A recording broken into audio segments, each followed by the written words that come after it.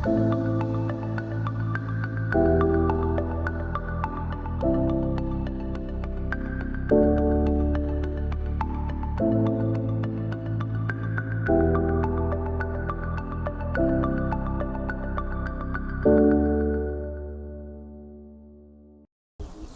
here at the Wertach site in Augsburg. The Wertach River is known as the small sister of the Lech River. It was once a forcating river and was forced into a small narrow channel due to alterations because of agricultural use of land and the city and flood protection, and also hydropower use.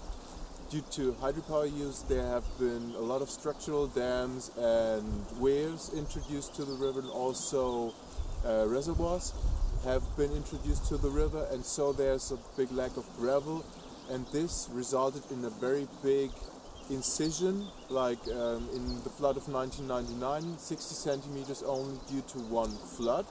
And so the officials of the city of Augsburg thought about there has to be something done in the Wertach River and also the Lech River. And so the Wertach Vital project came to life, and it was also very beneficial that this flood had taken place because all the population was very pro to this project, to the Wertach Vital project, and wanted to get this project done because of the damage this caused to the whole city of Augsburg.